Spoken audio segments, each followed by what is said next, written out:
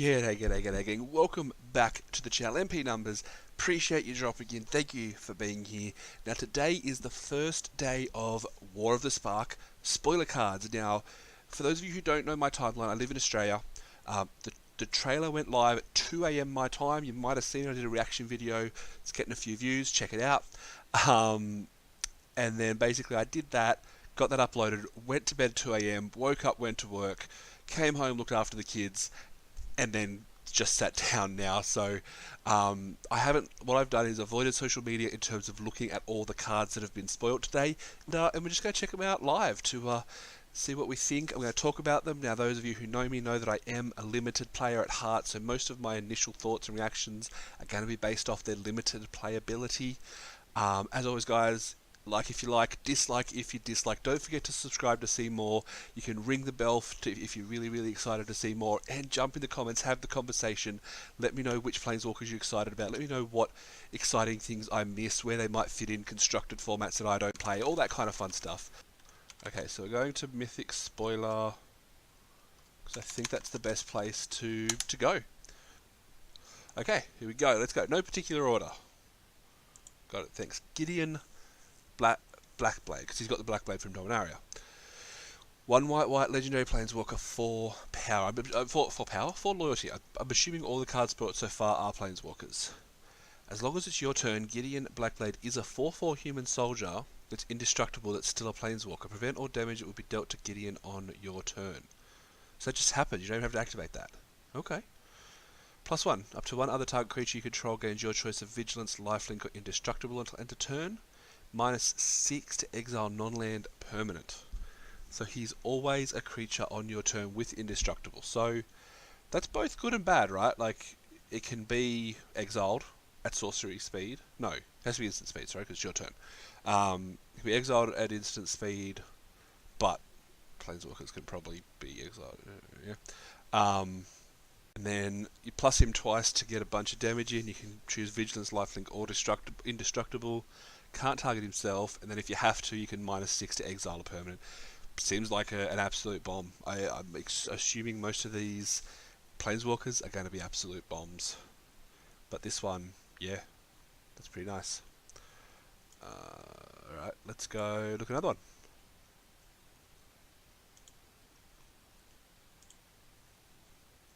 We've got a Jace. Jace is 1 triple blue. Legendary. So it looks like they're all going to have these abilities that are just static, yeah? If you draw a card while your library has no cards in it, you win the game instead. Oh, goody. Alternate win cons are always a fun way for Magic to exist. +1, target player puts the top 2 cards of the library into the graveyard, draw a card.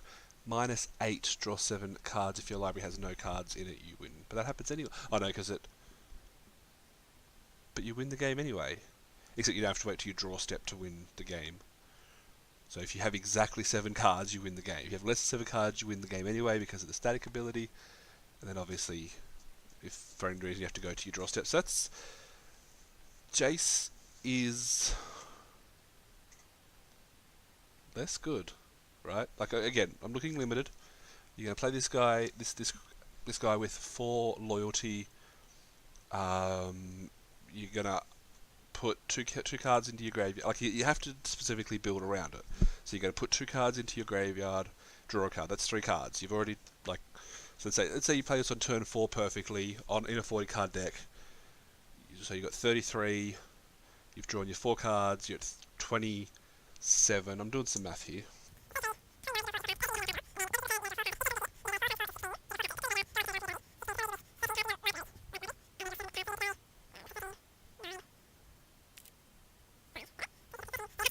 Base by itself in a total goldfish world, turn 4, turn 8, turn 10 wins a game by itself. Combine, depending on how the rest of the format looks, if you can build a specific self-mill / draw card deck, Jace might get there. I don't think it's going to be as good as Gideon though. Let's look at another one. Liliana. Oh, Liliana. Oh, Liliana. That poor Liliana. Alright, Liliana is a 4 black planeswalker with 6 loyalty.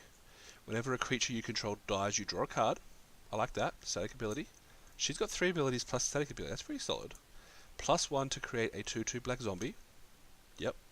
-4, each player sacrifices 2 creatures. So you could do that straight away. And -9, each opponent chooses a permanent they control of each permanent type and sacrifices the rest. Yeah, she's the Dread Horde General. I guess the Dread Horde is what they're calling the HausOfMagic Eternal guys. Create a 2/2 black zombie token. Each player sacrifices. So if you're gonna play this in a normal limited deck, this is just solid. So it's probably one of the better ones. I haven't been checking the rarity though. I think they've all been mythic so far. Yeah, it protects itself. You can -4 in an emergency to sacrifice a couple of your zombies and their 2 of their creatures. And then if you manage to get to ultimate, you're pretty much going to win the game, right? It does a Cataclysmic Gearhulk does the same thing.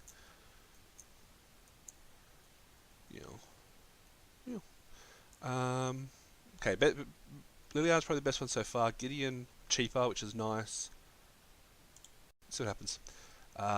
Chandra, of course. We move to Chandra. So she's a Planeswalker, of course. 2 reds, so a 4-mana red Planeswalker. That's, yeah.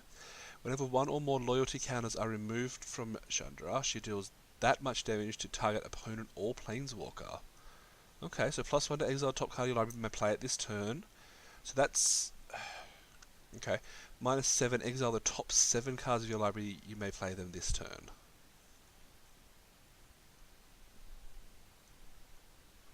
Yeah, and the problem is, like, if you play, again, limited, if you're going to play Chandra on turn 4, on curve, you don't want to +1 it straight away, unless you get a land, you're burning a card.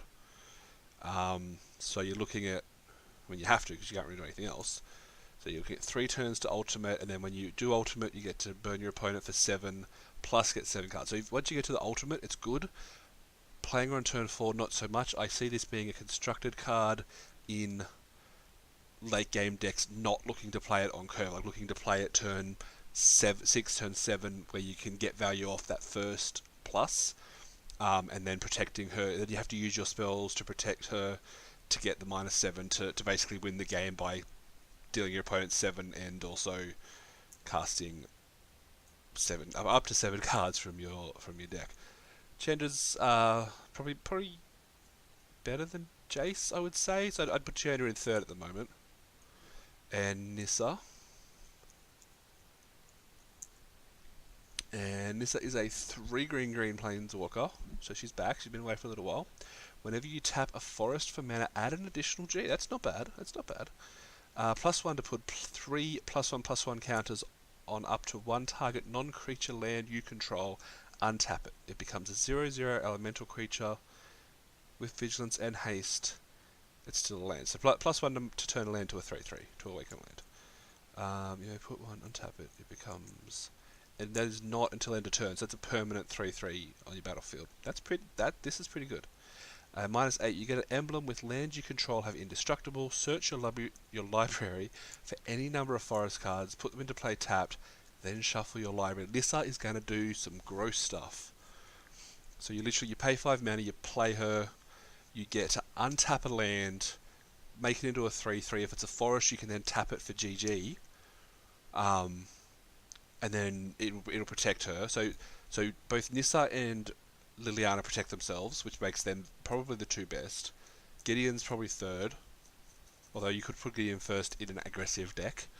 And then the other 2 are like, again, this is me looking at limited. Absolutely want to hear your thoughts on whatever format you may play, whether it be standard, modern, legacy, tribal, whatever it is, commander, of course. Let me know in those comments what you think. Let's look at a couple more cards for this video.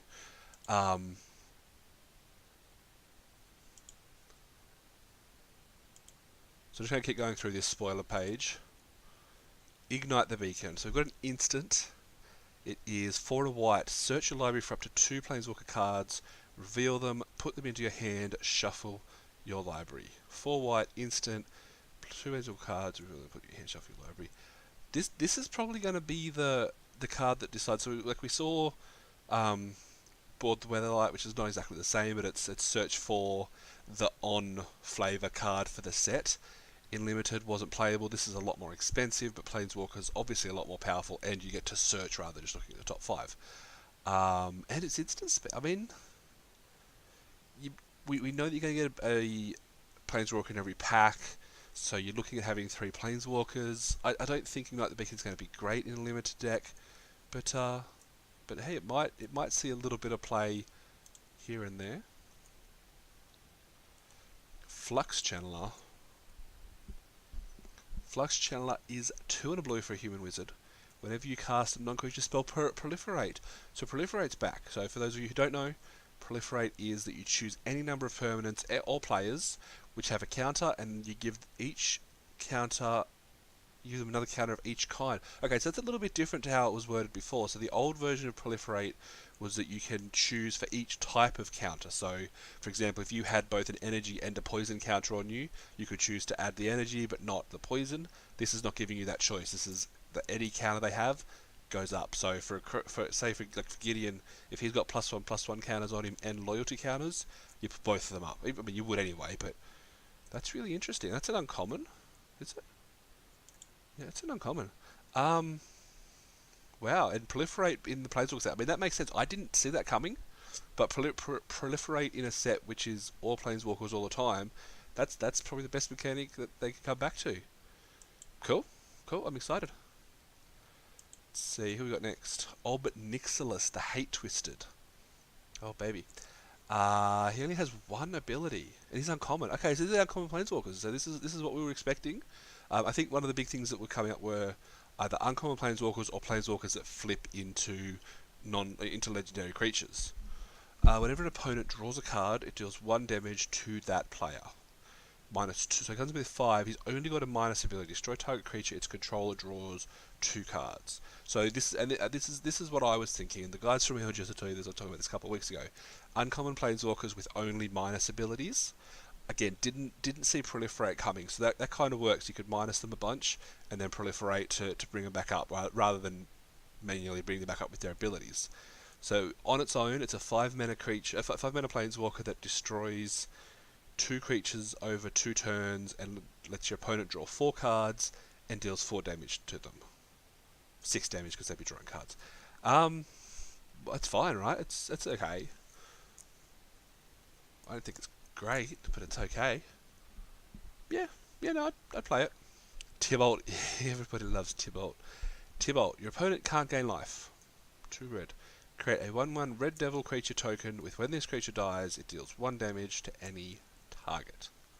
Cool, so again, it's got that same formula of 5 loyalty, a single -2 ability. I mean, I'd probably play Tybalt as well. Like, I think all these Planeswalkers are going to be at that point where you play them. But is it like super powerful? No. Because it does protect itself, but you're not. It's not like a normal Planeswalker where you're protecting itself up to its ultimate ability, right? You're just protecting it for the sake of protecting it. It's very reminiscent of the Dino, the one that's banned in Standard, except that obviously that affected like all creatures coming into play dealt damage. So yeah. But your opponents can't gain life. Yeah, again, you'd play this in a limited deck. A couple of proliferate cards to help you bring the power up and get a few more activations out of it. Sure. And finally we have Arlen. Arlen's back. Again, another uncommon Planeswalker with the same restrictions. 4 GG for a 7 power Planeswalker. Legendary creatures you control. Wait, the errata text is different to what it says on the cards. The card says each creature you control that's a wolf or werewolf enters the battlefield with an additional +1/+1 counter on it. And the -2 is that create a 2/2 wolf creature. So I'm thinking the legendary in here is wrong. So creatures you control that's a word, because that would be terrible if it was legendary creatures that are wolves. Yeah, so basically you're paying -2 to get a 3/3, so you're going to get 3 3/3s that protect themselves. This is pretty good. Again, 4 GG, it's green, it's kind of what you expect for the mana cost. You're going to get a bunch of things out of it, and I mean, this one works better with proliferate because the creatures you're bringing into play are also going to get bonuses from proliferating. Alright, so that's the first look, the first 10 cards in War of the Spark that have been spoiled in this. I don't know if this is the order they were spoiled. This is just the order I'm seeing them. As always, let me know what you think in the comments, guys. Starting to get excited, starting to see these Planeswalkers happen. Kind of disappointed that they're not Planeswalkers that flip into creatures. Kind of was hoping that would happen, but this combined with the trailer that we saw, and oh my god, again, if you haven't seen that trailer, here's my reaction there. Which way's the camera? There. Ooh, I just pointed it out. There. Check that out, and guys, let me know what you think. Thank you very much for your time today. I hope you have yourself a fantastic one.